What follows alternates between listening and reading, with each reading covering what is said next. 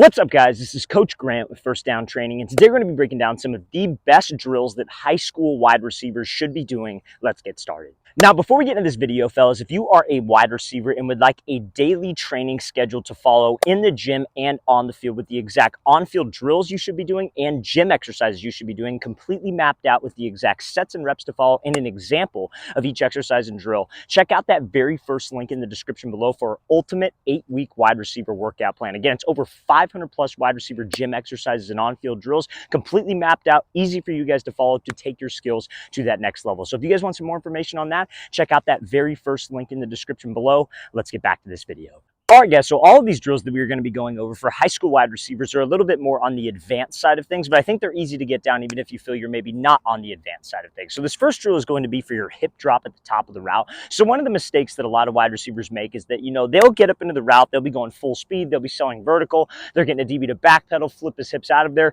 and then obviously everybody knows to be able to change direction, like let's say it's a comeback or a curl route, you have to have this violent drop of your hips. You have to sit your butt down, we have to be aggressive, and we have to change levels fast to be able to decelerate on a dime. Now, there's so much focus with a lot of wide receiver trainers, a lot of wide receiver coaches about getting into the break and being able to slow down, but there's not enough focus on being able to get out of the break, and that's what this specific drill is going to be for. So the mistake a lot of receivers make, let's say on this white cone here, I have to run like a comeback around the cone. A lot of receivers will snap down, they'll break, they'll drop their hips super hard, and then when they try to get out of the break, they start to pop up, they take these extra steps, they drift, and then they get out of the break. Now that extra step and that drift upfield is just more time for this DB to be able to react, more time for the DB to drive on the ball, and obviously less separation for us. So this drill helps us get into the break low, but also stay low, because we don't want to get low and pop up. We want to get low and we want to stay low. So what you're going to do is you have these two cones here, this white cone and this orange cone.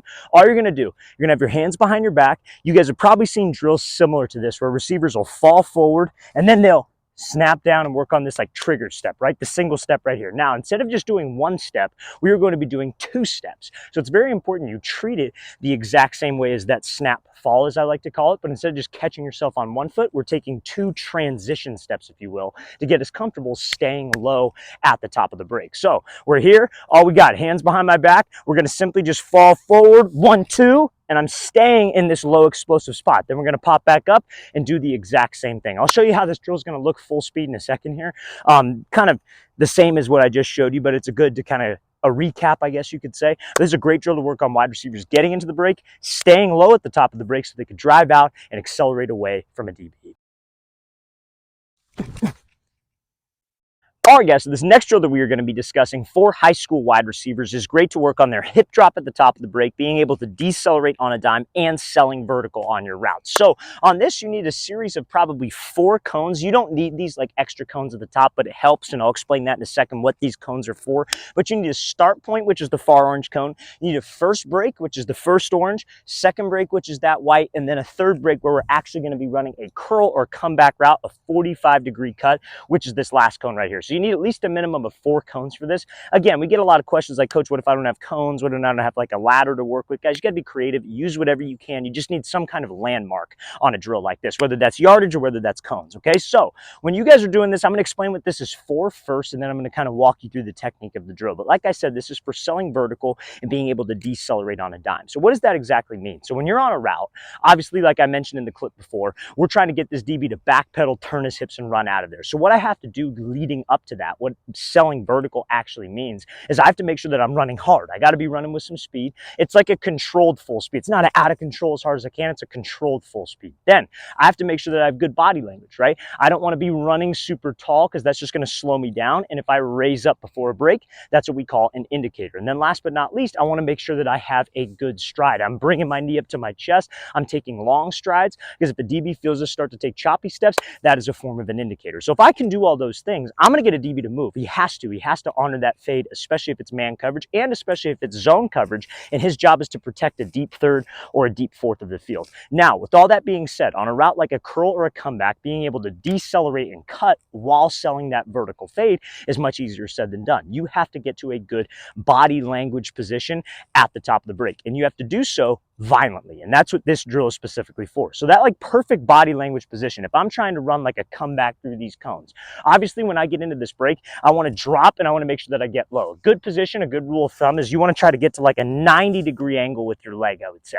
You don't want to be below 90 because that's almost too low to where you can't move. And you don't want to be above 90 because that's not a low change of direction. You're going to be almost drifting, like falling forward, which is going to cause a drift forward. You want to be able to drop 90 degrees with that leg. Now, when you get to that 90-degree position, you don't want to have your chest straight up in the air because that's your energy going backwards. Now, you also don't want to have your chest past your knee because that's your energy going too far forward, and that means we probably don't get low. You want your chest to go directly to your quad. That is the magic position that's going to help us decelerate. And then obviously the steps after that are what gets us out of the break. And that's for another conversation. We're mainly just focused on getting into the break right now. So this drill is going to be working on that posture specifically. So what you're going to do, you're going to start out at this furthest orange cone. Each cone is going to be about 5 yards apart. So you're going to start out here. You're going to start with your left foot up on this one. You want to go 4 on the left side, 4 on the right side. You're going to burst up to this first orange cone. It's just going to be a quick level change. You're staying on the ball of your foot, sitting your butt down, chest to quad, so you can re-accelerate to the next. Same deal, re-accelerate to the top, hip drop, and we're coming down this lane of cones right here, accelerating back to maybe a quarterback if I have one to throw me the ball, or just out of the break to work on that speed and drive out of the break. So this drill is great for wide receivers working on their 45-degree cuts, curls, comebacks, the body language getting into the break, and then obviously making more explosive cuts. So I'm going to show you how this drill is going to look full speed. Again, you want to do about 4 sets on each side.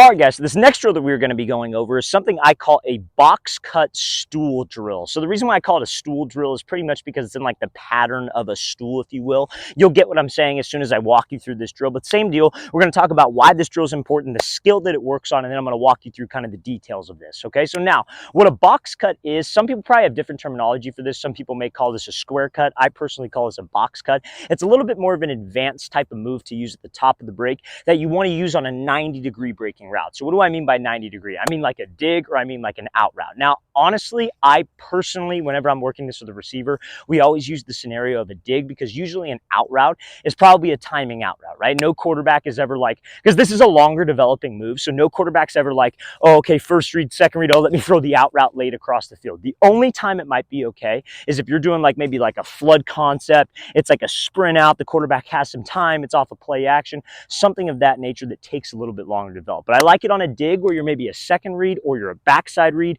whatever the case may be, because it is a longer developing move. So the reason why they call it a box cut, or the reason why I call it a box cut, I should say, is because it's like 4 steps. Like there's 4 corners of a square. So some people refer to this as a square cut, but it's 4 steps if you are teaching this. It can be 5 steps. It can be 3 steps. I think 4 steps is the easiest way to learn it. So what a box cut would be is like, let's say you have a safety who's in like off coverage and you have to run this dig in front of him, right? So a box cut is where you run up and you drop into the break. So you drop your hips, you get to that low explosive spot like those last 2 drills kind of have worked on. So it's a drop 1, 2, crossover 3, 4. So it's just a way to draw the DB in with the drop and then make him miss with the crossover, and then we get some separation in the opposite direction. So again, you drop on a dime, you change levels, you decelerate. Because if a DB is in off man coverage, let's say, or you could use this maybe if you have him stacked on a route, but he's going to be watching those hips. So when you drop those hips, that puts him on alert. And then when we cross with those hips, that's what can get some separation with this guy. So this is a drill just to work on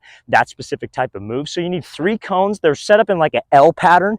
Each cone is about 5 yards away. Okay, so what you're going to do, just for the sake of the drill, has nothing to do with where the quarterback is. You're going to start with your right foot up. You're going to start this break off of your 3rd step. So set, go. It's going to be 1, 2, snap down, 1, 2, crossover 3, 4, burst off of this. That's 1, 2, drop 1, 2, crossover 3, 4, coming back, and you see the stool pattern that you are making. So you could have a quarterback off to the right throwing you a ball on this. We could obviously flip sides. I want you to flip sides in this to work on the drop with the right leg first, but this is a great drill to work on that box cut at the top of the route to draw a DB in and then to lose him. Now, another situation you could use this box cut in. Let's say, for example, you have to run a dig. Let's say you have a DB who's lined up like outside shade. You give him a move, you take this inside release, and instead of just breaking to the dig, maybe you want to be a little bit more creative. So he's on your hip, you break down act like you're going to throw by. They call it a fake throw by move. You cut, he bites, and then we get space. So there's a couple different ways or situations, I guess, you could use this on. This is a great drill to work on the mechanics of that box cut. I'm going to show you how this is going to look full speed.